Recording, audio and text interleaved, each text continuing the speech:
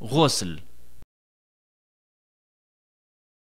الله سبحانه و تعالی انس و جن را برای عبادتش آفریده است و نماز و طواف بر خانه خدا و قرائت قرآن از جمله عبادات به شمار می روند و همه آنها قربت هایی می باشند که به وسیله وضو به پاکی از حدث اصغر نیاز دارند و به وسیله غسل به پاکی از حدث اکبر نیاز دارند و عربها جاری کردن و روان کردن آب بر چیزی را غسل می نامند، در حالی که فقها نیز در تعریف اصطلاحیشان روان کردن آب بر بدن که بر صفت ویژه‌ای است و به غرض تعبد برای الله تعالی می باشد را نیز غسل نامیده اند و وجوب غسل در حالات معینی واجب می گردد که اول آن خارج شدن منی می باشد به دلیل فرموده خداوند متعال و اگر جنب بودید خود را پاک کنید، سوره مائده آیه 6، و به دلیل فرموده آن حضرت صلی الله علیه و سلم به حضرت علی رضی الله عنه اگر به شدت خارج شد باید غسل کنی و فزغ الماء یعنی خروجش به شدت بود که غرض از آن منی می باشد، به روایت ابو داود. بنابراین اگر از خواب بیدار شد و دید احتلام شده ولی منی خارج نشده، بر وی غسل نیست. اگر پس از بیدار شدنش منی خارج شد، غسل لازم است. همچنین اگر آثار منی را در لباسش دید ولی احتلام را به خاطر نداشت، بر وی غسل واجب است به دلیل خروج منی از وی. نبی اکرم صلی الله علیه و سلم فرمودند آب از آب است، به روایت مسلم، یعنی غسل از خروج منی است. ولی اگر منی به علتی و یا به سبب بیماری بدون شهوت خارج شود، غسلی بر وی نیست. چنانچه اگر جنب بود و غسل کرد، پس از آن از وی منی خارج شد، اعاده غسل بر وی واجب نیست، زیرا که این خروج منی به طور اغلب بدون شهوت است و برای احتیاط وضو بکند. و اما دومین موجب غسل همانا آمیزش و همبستر شدن است که علما چنین تعریف کردند: آلت تناسلی مرد و زن در وضعی با هم باشد که سر آلت مرد به داخل فرج زن پنهان گردد اگرچه منی انزال نشود، به دلیل فرموده آن حضرت صلی الله علیه و سلم اگر موضع ختنه تجاوز کند موضع ختنه را، غسل واجب شده است، به روایت ترمذی. و غسل کردن با اسلام آوردن کافری نیز واجب است، زیرا که نبی اکرم صلی الله علیه و سلم به قیس ابن عاصم هنگامی که مسلمان شد امر فرمودند تا غسل کند، به روایت ابو داود. همچنین با انقطاع خون حیض و نفاس بر زنان غسل کردن واجب است، به دلیل حدیث عایشه رضی الله عنها اینکه نبی اکرم صلی الله علیه و سلم به فاطمه بنت ابی حبیش فرمودند وقتی حیض پیش آید نماز را ترک کن و هرگاه برگشت و توقف کرد غسل کن و نماز را ادا نما، به اتفاق بخاری و مسلم. و علما بر این که نفاس در حکم حیض می باشد اجماع دارند. زمانی که زندگی شخصی پایان می‌یابد و مرگ به سراغش می‌رسد، بر خانواده‌اش واجب است تا او را غسل دهند، به دلیل فرموده آن حضرت صلی الله علیه و سلم در حدیث غسل دادن زینب دختر آن حضرت هنگامی که وفات یافت: 3 بار بشویید و یا 5 بار و یا بیشتر از آن بشویید اگر لازم دیدید، به اتفاق بخاری و مسلم.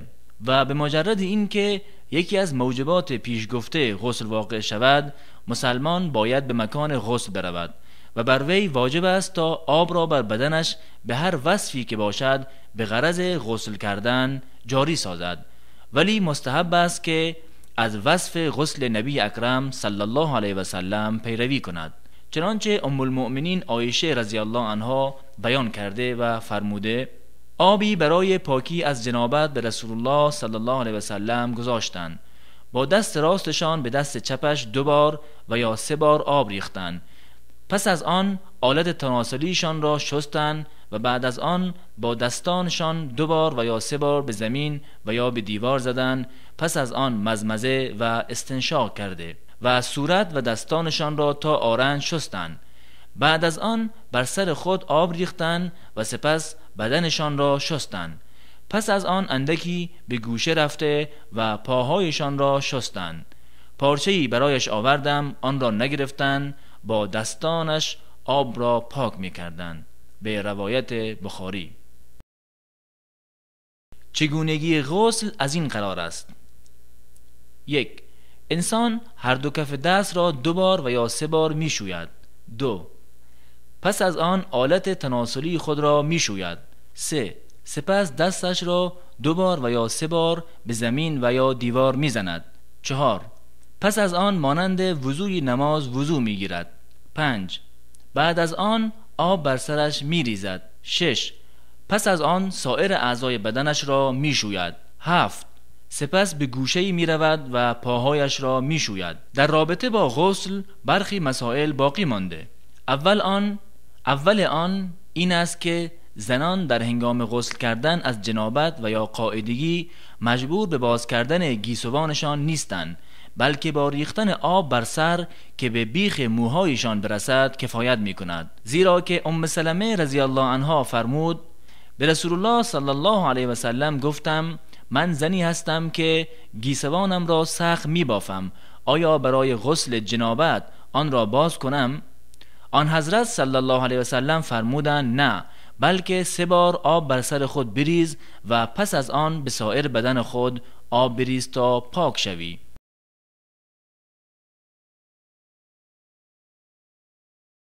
علما گفتند زنی که از حیض و نفاس پاک شده غسل می کند، برایش مستحب است که قطعه پنبه و یا مانند آن را به مشک و یا خوشبویی معطر سازد و سپس به موضعی که خون از آن می چکد بمالد.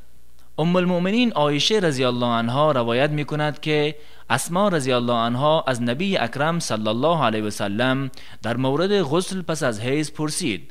آن حضرت صلی الله علیه و سلم فرمودند یکی از شما آب و سدر را مهیا می کند، پس از آن که خود را خوب پاک کرده بر سرش آب می ریزد و خوب می مالد تا به پوست سرش برسد، پس از آن بر خودش آب می ریزد و بعد از آن با پنبه معطر شده خود را با آن پاک می کند. اسما گفت چگونه خود را پاک می کند؟ فرمودند سبحان الله و با آن خود را پاک می کنی. عایشه گفت مانند این که آن را به آثار موضع خون آن را می کشی تا مخفی گردد.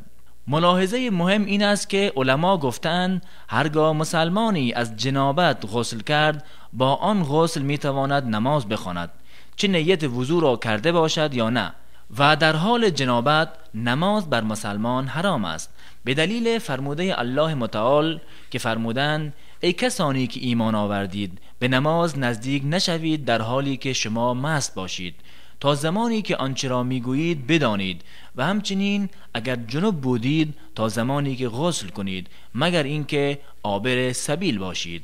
سوره نساء آیه 43. همچنین طواف کعبه نیز بر وی حرام است، به دلیل فرموده آن حضرت صلی الله علیه و سلم که فرمودند طواف بیت الله به منزله نماز است. و همچنین لمس کردن مصحف یعنی قرآن نیز بر وی حرام است، به دلیل فرموده خداوند متعال که فرمودند به جز از پاک شدگان آن را لمس نمی کند. سوره الواقعه آیه 79. و فرموده آن حضرت که فرمودند مصحف را جز پاک کسی دیگری لمس نمی کند. و همین طور است حکم قرائت قرآن بر جنب. از علی رضی الله عنه روایت است که فرمود رسول الله صلی الله علیه و سلم از بیت الخلا بیرون می شدند برای ما قرآن می خواند و با ما گوشت می خوردند، هیچ چیزی مانع خواندن قرآن نمی شد اگر جنابت نبود. و در حال جنابت توقف بر مسجد نیز حرام است، به دلیل فرموده الله متعال ای کسانی که ایمان آوردید به نماز نزدیک نشوید در حالی که شما مست باشید تا زمانی که آنچه را میگویید بدانید، و همچنین اگر جنب بودید تا زمانی که غسل کنید مگر اینکه عابر سبیل باشید. نساء 43. و غیر از غسل جنابت که واجب است بر مسلمان مستحب است تا برای جمعه نیز غسل کند، به دلیل فرموده آن حضرت صلی الله علیه و سلم که فرمودند کسی برای جمعه وضو کرد خوب است و کسی که غسل کند پس غسل بهتر است. همانطور غسل برای احرام بستن عمره و حج نیز مستحب است. از زید بن ثابت رضی الله عنه روایت است که نبی اکرم صلی الله علیه و سلم را دیده است که برای احرام لباسشان را از تن بیرون کرده غسل نمودند. غسل کردن پس از غسل دادن مرده نیز مستحب است، به دلیل فرموده آن حضرت صلی الله علیه و سلم: کسی که مرده را غسل داد باید خودش نیز غسل کند. غسل کردن بعد از هر بار آمیزش مستحب است. از ابی رافع رضی الله عنه روایت است که نبی اکرم صلی الله علیه و سلم روزی با همسرانشان آمیزش کرده نزد هر یک از آنان غسل نمودند. راوی می‌فرماید گفتم ای رسول الله، برای همه یک غسل نمی کنید؟ فرمود این خوبتر و پاکتر و تراوتمندتر است.